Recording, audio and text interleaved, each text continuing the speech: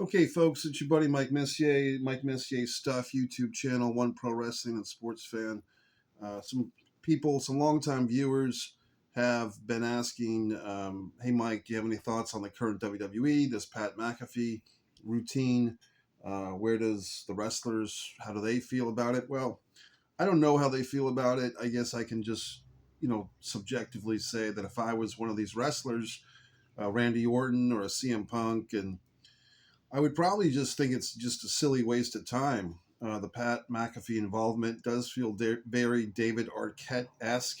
It feels like the wrong solution to a problem. If the problem is a lack of general interest in WrestleMania this year, the issues are more so that next year everyone knows they're going to Saudi Arabia. A lot of people feel that that is a betrayal. Typically, when WrestleMania goes to the same venue twice in a row, I think that's only happened once before with WrestleMania 4 and 5 at Trump Plaza back in the 80s. I think there's going to be a natural lack of interest or a degradation of interest the second year around. So I just feel like people, especially the New Orleans sympathizers, New Orleans, that was supposed to have WrestleMania this year and then that got pulled from them. Just the WWE universe can be a fickle bunch. You know what I mean? So WWE is trying to scramble and they're shoehorning this Pat McAfee stuff. But I'll be honest, some of it, I mean, Pat McAfee calling out CM Punk on the Saudi Arabia thing, that sounds like something I was saying 5 years ago. Of course, they don't have the goddamn balls to put me on their television, but I was saying that 5 or 6 years ago. It was nice to see that brought up. It was nice to see some of these work shoot type of things brought into the atmosphere a bit. So I probably don't hate it as much as most people hate it. That being said, it's for the general populace, it's not working. But let's go through this card. I do feel like WrestleMania 42, the expectations are pretty low, so you can only get better. And if you look at the actual matches, the matches are not bad. Now, I have this list from Yahoo Sports. I think there's been some tweakage because the very first thing they list here is night one card, starting at the bottom, which means this would probably be the opener or close to it. The women's tag team title match, Nia Jax and Lash Legend against Charlotte Flair and Alexa Bliss versus Bayley and Lyra Valkyria. Kind of a tough name. Versus the Bella Twins. Now, obviously, the Bella Twins, this is pretty funny. It's good to see them get released again. I've not been a big Bella Twins fans. They do annoy me. I wonder how they feel about their father-in-law situation, but it seems like they've I think the Bella Twins fans' number one fan are the Bella Twins. They really do enjoy themselves, but I don't know. I think Nikki Bella, when she comes to the ring and she does her little stripper strut, her little stripper belly roll, that's pretty good. But beyond that, I'm not a big Bella Twins fan, and so seeing them released, I'm not just impartial to it. I'm glad they got released. So now Lash Legend, on the other hand, is someone that I've been a big proponent of. I've seen her at a lot of the NXT live shows in Florida over the last few years, waiting patiently for her to be brought up to the main roster. When she eventually faces Jade Cargill, that'll be a big match. That may be a main event match for next year's WrestleMania. I need a little bit of the bubbly here. Um, Alexa Bliss, post pregnancy, has become kind of like this, not comedic character, but kind of this niche character. She's the friend of Charlotte Flair. That's kind of an interesting dynamic. Alexa Bliss at one time was kind of the centerpiece of the whole WWE women's roster, but that's going back. God damn it, that's going back 8 or 9 years ago. If you remember Alexa Bliss versus Nia Jax 1-on-1 at WrestleMania years ago, that was a big deal. But it looks like Alexa, like that spot's kind of been taken over by Liv Morgan. We'll get to her in a little bit.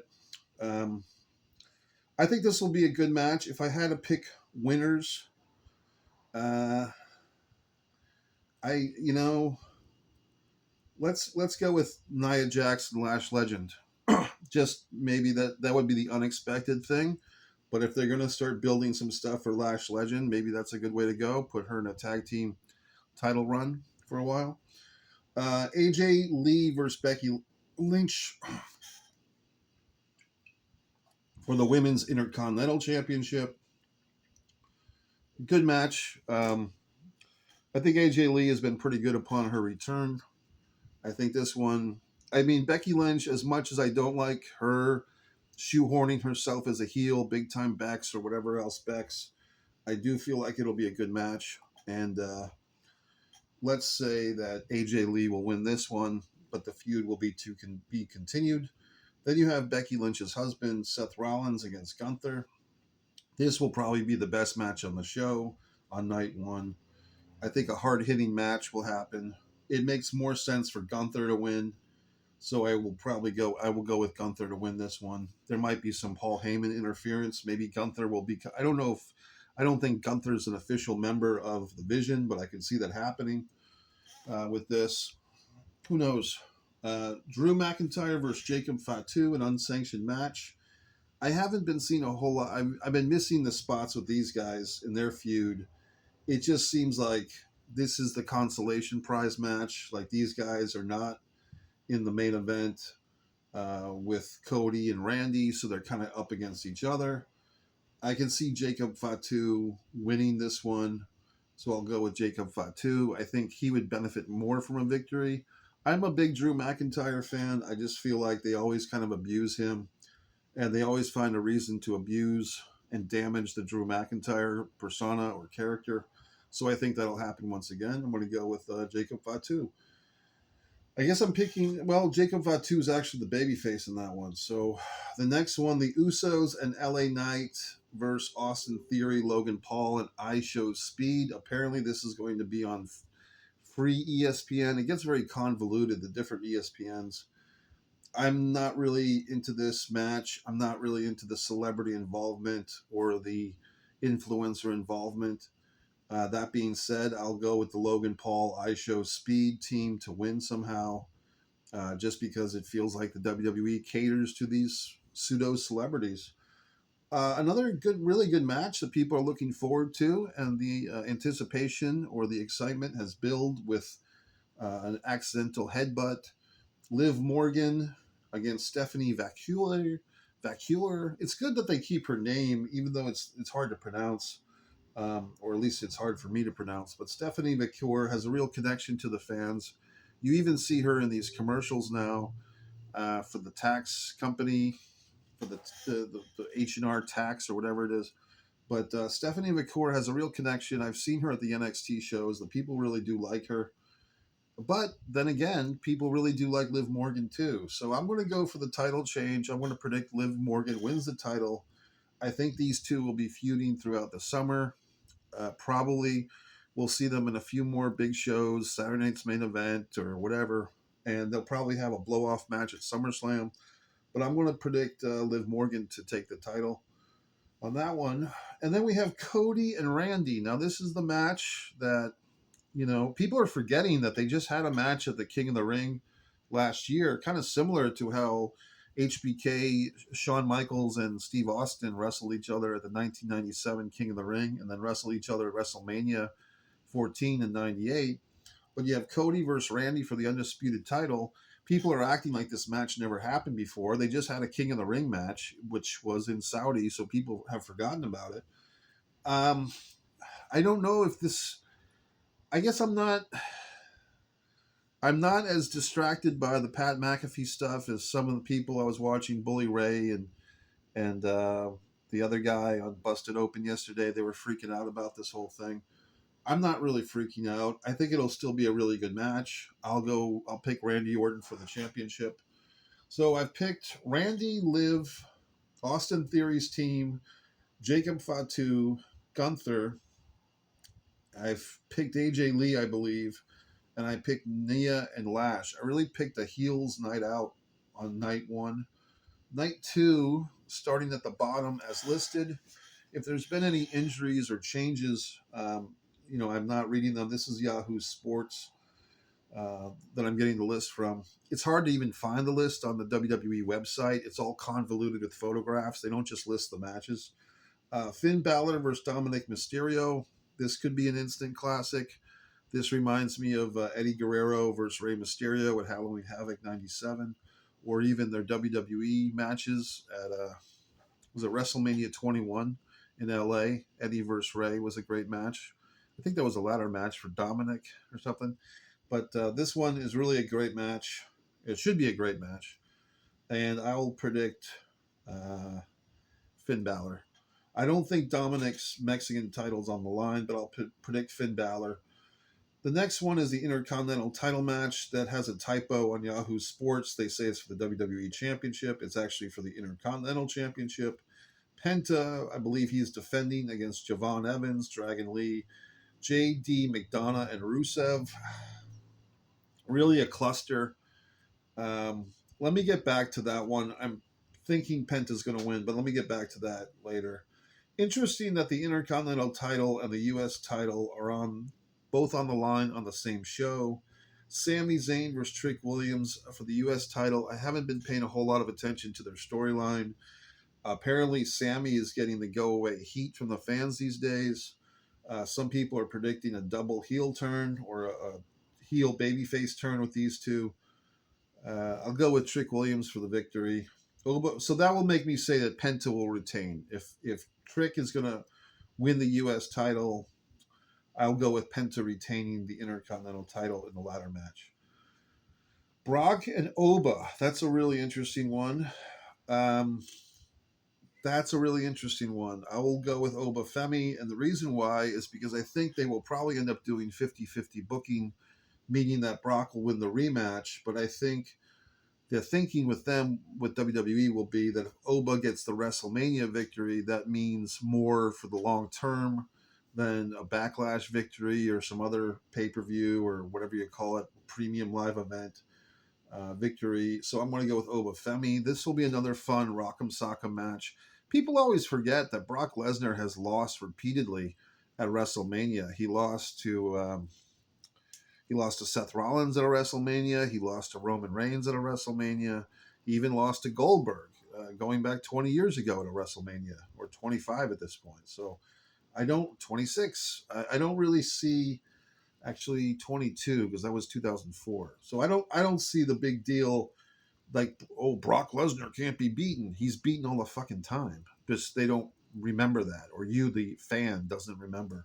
But I'm going to go with Oba Femi. Rhea Ripley and Jade Cargill.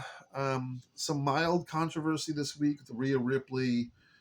Somebody called her out or made note of her physical changes. I mean, I just think that's, people go through different looks with their weights, or are they lifting weights? Are they eating better? Are they eating worse? Whatever. And when Rhea responded that she had an eating disorder, I don't know if that was supposed to be a joke. Was that supposed to, on her part? Was she serious? I don't know. I mean, I really don't understand, but people are just weird these days. And she could have an undiagnosed eating disorder, or she doesn't really have a eating disorder, but she just notices that her eating habits have changed. Maybe she's eating less. Who knows? I mean, maybe she does have an eating disorder. I don't know, but I just feel it's an unnecessary distraction for this match. Once again, this thing could go either way. It's a tough one. It's a tough one. I think the smart move would probably be for Rhea Ripley to win the match. But I'm gonna predict something kind of obscure. I'm going to predict a disqualification victory for Rhea Ripley. I think they're going to try and do the King Kong Godzilla finish. If you ever saw that movie from like the 40s or the 50s, King Kong and Godzilla are having a fight, and depending on if you're a Godzilla fan or a King Kong fan, who you think wins. You know what I mean? So I think they'll probably do something where Rhea wins by disqualification, but Jade gets the last laugh with a power bomb or some type of move after the bell. I'm going to go with a DQ victory for Rhea. I think they're saving more of that for later. I think they'll have a really interesting clash. It's going to look great in the ring, these two bouncing off each other for a few minutes, but I think they're going to do a screw job finish. This one, we get to the main event here. CM Punk versus Roman Reigns. It says for the World Heavyweight Championship. I just don't understand it, folks. We used to have the Universal title. Then you had the World Heavyweight Championship, like the Triple H, big gold belt version for 15 years or so. It really upsets me. That's just silly. It's stupid. These one company needs two world titles because they have shows on different nights of the week, except that the titles often appear on the other show, Raw or SmackDown. It makes no sense. It's convoluted. It's like having the NFL having a Thursday night football champion, or the NFL having a Monday night football champion, or the NHL having a Tuesday night hockey champion. It's silly. It's stupid. It's idiotic. And I've been saying that for a long time. And every once in a while, they merge these titles. The last time was at a WrestleMania, Roman Reigns getting the whatever the fuck title. I guess he won the WWE Heritage title. We can call it that. I call it the Bruno belt from Lesnar. But in any regard, where is this thing going to go? Punk and Reigns. Uh, I'm going to go with Reigns. I feel like it could go either way, obviously. But I feel like I think it would be better for business if you had a belt on Roman. And if Roman's fully committed and willing to work either a full-time schedule or close to it, I think it's a better move to have Roman Reigns walk out of WrestleMania with the title. And if they start putting the old school, now it's old school. That went fast, but it's old school now. If they put the whatever the fuck the family together, the Usos and Roman Reigns and yada yada, um, I think that would be the way to go. I'm drawing a blank on what they call themselves. The family, the fucking Samoans, the Samoans. What's the name of their group? God, it's not the one family tree. It's the tribe or the tribal chief and all the assholes. That's what they should call them, the tribal chief and all the assholes. How about that? But in any event, what's it called? The family, the fucking whatever the fuck. In any event, Roman's gonna win, and could they bring out some Usos to help with that? I can see that. I can see them all going heel, or the WWE version of heel, which means the cool heels, the NWO heels. So those are my predictions. I stated earlier my thoughts on Pat McAfee. This channel is basically not quite dead, but fairly dead, demonetized, demonetized, unpromoted, unloved, unnourished. I put about 5 or 6 years into this fucking channel. They were 15 cents away from giving me another $100 on YouTube, and they demonetized me. So that's why, if you're wondering, well, gee whiz, Mike, where'd you go? Well, I can't be bothered. If this company's not going to support me, I'm not going to support it. But just for the people that have asked, my buddy Lou out there, Shane McKenna, uh, Michael AJ, the people that care, I'm doing this video. Uh, some of the old school people, I don't know if they're still commentating or not, but there's plenty of videos on this channel. You just have to dig around. There's thousands. In any regard, I think it's going to be a decent show. I think the wrestling is going to make up for the lack of storylines or the aborted Pat McAfee storylines. I think it's going to be fun to watch. So, Mike Messier, if you really want some nourishing entertainment, get a copy of my book, Fight or Play Basketball, written by me. Yeah, I wrote it. Okay, that's me on the back. Okay, it's on Amazon, paperback, hardcover, even Audible. The Audible recording is excellent. And yes, I did read my own Audible recording. It's not fucking AI. It's not a paid actor. It's me. So, in any way, gentlemen, thanks for tuning in.